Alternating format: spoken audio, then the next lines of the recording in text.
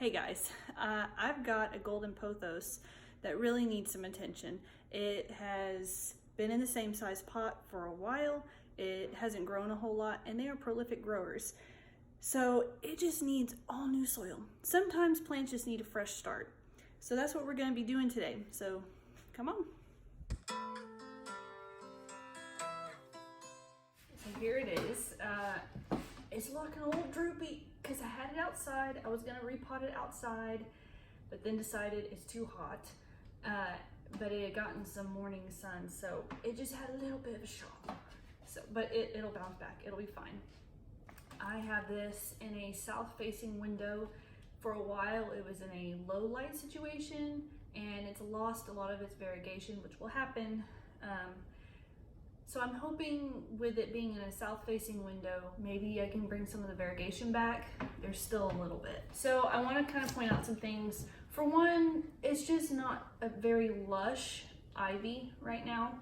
It's just kind of dull and boring, and the leaves aren't that big.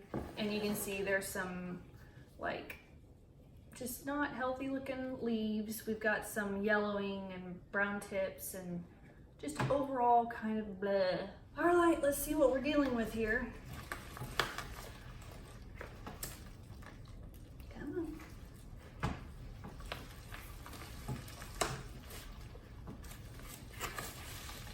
There we go.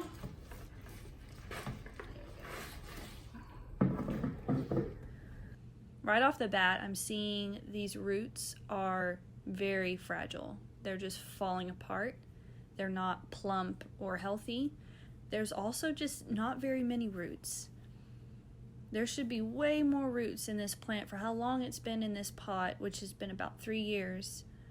So this thing has been struggling for a while, and this is a perfect example of the outside, the leaves, the foliage are manifesting the deficiency of what's going on under the surface. Really, the foliage was telling a story all along. Me picking up on the fact that it wasn't growing well, it wasn't growing lush and quickly, and it wasn't putting off big healthy leaves. So this is exactly why that was happening. It can't grow big and healthy leaves because it doesn't have the root system to take in all those nutrients. Look at this. This poor thing was just hanging on for dear life. But these things are like the best first plants because they handle neglect so well. There was a time where I neglected this like a lot and it barely got watered. So I would imagine that has to do with the condition that it's in. I've got lots of roots that just kind of fell off, but it'll all be fine. I'm gonna actually rinse this out. Actually, I'm gonna wash it out just in case there's any sort of disease going on. I might even bleach it. But first, I'm going to get rid of all this soil. I don't know if it's diseased, so it's just gonna like fill in a hole outside because I have dogs and I have tons of holes in my backyard. All right, so let me go take care of this. All right, I've got to clean pot using the same pot. I have my own potting mix. I did use some composted cow manure as fertilizer because I have peat and perlite and some of that composted cow manure, and there's a butterfly outside, it's so pretty. So I'm gonna fill the bottom a little bit. I'm not super happy with the drainage situation of this pot, but the pothos is going in it so it can like survive just about anything. Now I'm gonna start kind of propping these guys up so I can kind of backfill, and that way they're not just all the roots aren't just crumpled together in one depth. And what's so nice about pothos is that at every point a leaf comes out, it's called a node. And at that node, there's usually a little like nub sticking out, and that is what's called an aerial root.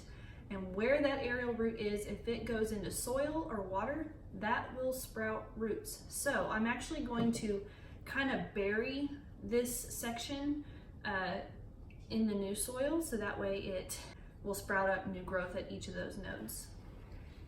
What's nice, again, about the pothos, and it's an amazing beginner plant, it is extremely forgiving. Little guy, little guy. See, I'm just plopping things in and backfilling as I go. That way I'm kind of burying the roots a bit. I have used all the soil that I prepared. It's the perfect amount. Now I'm gonna give this a really good soak and probably spray it off as well because the leaves are now all dirty.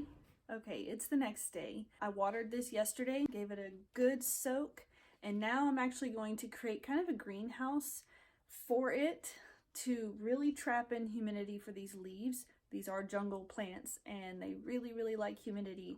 And though I live in a very humid area, our house stays a little less humid, so I figured to just aid in some new growth and healthy leaves, I'm going to create a little greenhouse out of a Ziploc bag. So here we go.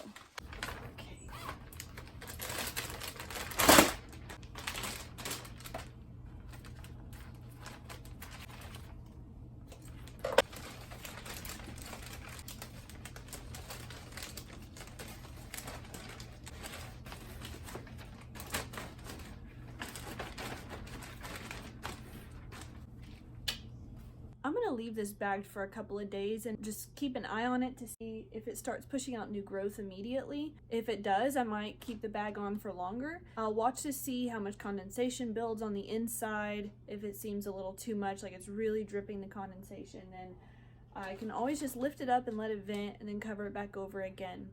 Where it sits in my house, it's kind of drafty. The AC vent kind of blows in this direction, so it's much drier air. So I hope this gives it a nice little boost and a head start. Thank you so much for tuning in. If you like these videos, please subscribe and turn on the little notification bell because I have more videos coming. If you have any questions about the project we did today or any other questions about houseplants in general, put them down in the comments below, or you can go over to my Instagram page and direct message me there. See you next time.